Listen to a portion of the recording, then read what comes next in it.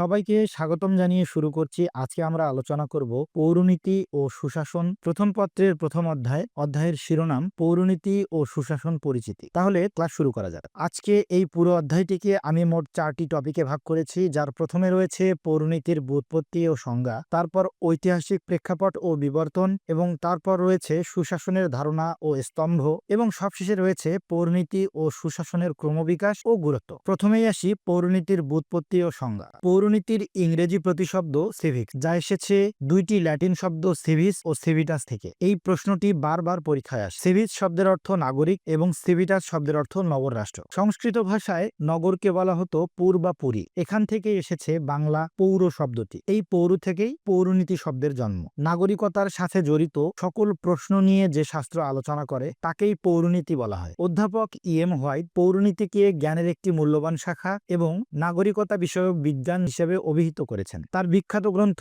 The philosophy of citizenship. রাষ্ট্রবিজ্ঞানের জনক Aristotle তার গ্রন্থে মানুষের সামাজিক সত্তা নিয়ে বলেছেন, মানুষ প্রকৃতিগতভাবেই সামাজিক ও রাজনৈতিক জীব। যে সমাজে বসবাস করে না সে হয় পশু, না হয় দেবতা। তার অমর গ্রন্থ দ্য পলিটিক্স। পৌরনীতি ও সুশাসনের প্রধান আলোচনার বিষয় হল নাগরিকতা বা সিটিজেনশিপ। এরপরে আসি দ্বিতীয় টপিকে, ঐতিহাসিক প্রেক্ষাপট ও বিবর্তন। পৌরনীতি সম্পর্কিত অধ্যয়ন সর্বপ্রথম শুরু হয়েছিল প্রাচীন গ্রিসে। তৎকালীন অ্যাথেন্স ও স্পার্টার মতো ছোট ছোট অঞ্চলগুলো নিয়ে নগর রাষ্ট্র গড়ে উঠেছিল। সেখানে নাগরিকরা প্রত্যক্ষভাবে রাষ্ট্রীয় কাজে অংশগ্রহণ করত। প্রাচীন গ্রিসে কেবল রাজনৈতিক অধিকার ভোগকারীদেরই নাগরিক বলা হতো। নারী, দাস, বিদেশি এদের নাগরিক অধিকার ছিল না। সময়ের বিবর্তনে ছোট ছোট নগর রাষ্ট্রের স্থান দখল করেছে বিশাল আয়তন ও বিপুল জনসংখ্যার জাতিরাষ্ট্র বা ন্যাশন স্টেট। বর্তমানে বিশ্বায়ন বা গ্লোবাল ভিলেজের প্রভাবে নাগরিকত্বের ধারণা স্থানীয় ও জাতীয় সীমা ছাড়িয়ে আন্তর্জাতিক বা মানবিক রূপে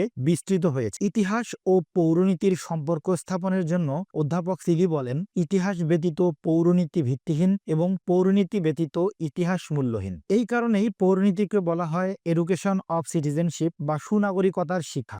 এরপরে আসি আমাদের তৃতীয় টপিকে, সুশাসনের ধারণা ও স্তম্ভ। সুশাসনের ইংরেজি প্রতিশব্দ গুড গভর্নেন্স। এর মূল শব্দ গভর্নেন্স এসেছে গ্রিক শব্দ কুবেরনাও থেকে, যার অর্থ জাহাজ পরিচালনা করা। এই শব্দটি সর্বপ্রথম ব্যবহার করেন গ্রিক দার্শনিক প্লেটো, যিনি ছিলেন এরিস্টটলের শিক্ষক। একজন নাবিক যেমন জাহাজ পরিচালনা করে বিভিন্ন বৈরী আবহাওয়া থেকে জাহাজকে নির্দিষ্ট গন্তব্যে নিয়ে যায়, তেমনি একজন শাসক রাষ্ট্রীয় বিভিন্ন প্রতিকূলতাকে ভেদ করে রাষ্ট্রকে একটি নির্দিষ্ট লক্ষ্যে নিয়ে যায়। তাই এখানে রূপক অর্থে কুবেরনাও শব্দটি ব্যবহার করেছেন গ্রিক দার্শনিক প্লেটো। বিশ্বব্যাংক সর্বপ্রথম 1989 সালে সুশাসন প্রত্যয়টি ব্যবহার করে। প্রত্যয় শব্দের অর্থ হচ্ছে ধারণা, অর্থাৎ বিশ্বব্যাংক সর্বপ্রথম সুশাসনের ধারণা প্রদান করে। সুশাসনের মূল লক্ষ্য হল উন্নয়ন ও জনসেবা। জাতিসংঘ বা ইউএনডিপি সুশাসনের 4টি সূচকের কথা উল্লেখ করেছে এবং একে কর্তৃত্বের চর্চা হিসেবে অভিহিত করেছে। জাতিসংঘ এবং ইউএনডিপি মূলত এক জিনিস নয়। ইউএনডিপি হল ইউনাইটেড নেশন ডেভেলপমেন্ট প্রোগ্রাম, যেটি জাতিসংঘের একটি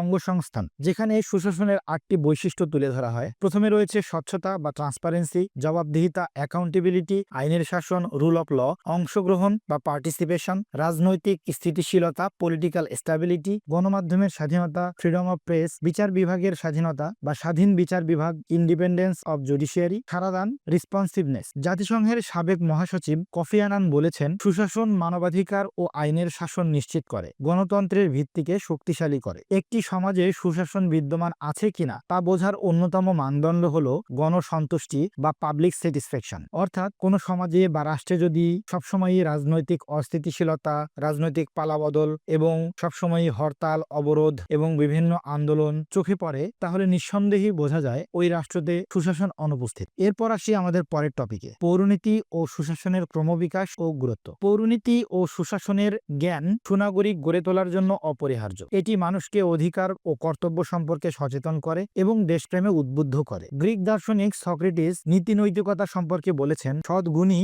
জ্ঞান। প্লেটো তার গ্রন্থে আদর্শ রাষ্ট্র ও সুশাসনের ইঙ্গিত দিয়েছেন। তার অমর একটি গ্রন্থ রয়েছে যার নাম দ্য রিপাবলিক। এরিস্টটল তার গ্রন্থে পরিবার, নাগরিক ও রাষ্ট্র সম্পর্কে ধারণা দেন। ষোড়শ শতাব্দীতে ম্যাকিয়াভেলি নগর রাষ্ট্রের স্থলে আধুনিক জাতিরাষ্ট্রের ধারণা প্রদান করেন। তাই তাকে জাতিরাষ্ট্রের স্বপ্নদ্রষ্টা বলা হয় এবং আধুনিক রাষ্ট্র রাষ্ট্রবিজ্ঞানের জনকও বলা হয়। জন লক উদারনৈতিক গণতন্ত্র ও জনগণের সম্মতির ভিত্তিতে শাসনের কথা বলেন। বৈজ্ঞানিক সমাজতন্ত্রের জনক কার্ল মার্কস মনে করতেন সমাজ থেকে শ্রেণীবৈষম্য দূর করার মাধ্যমেই সুশাসন প্রতিষ্ঠা করা সম্ভব। আধুনিক গণতান্ত্রিক রাষ্ট্রে সুশাসনের মূল ভিত্তি হল স্বচ্ছতা, জবাবদিহিতা, জনসচেতনতা। এখানেই শেষ হচ্ছে আজকের আলোচনা। সবার সুস্বাস্থ্য কামনা করে শেষ করছি। আসসালামু আলাইকুম।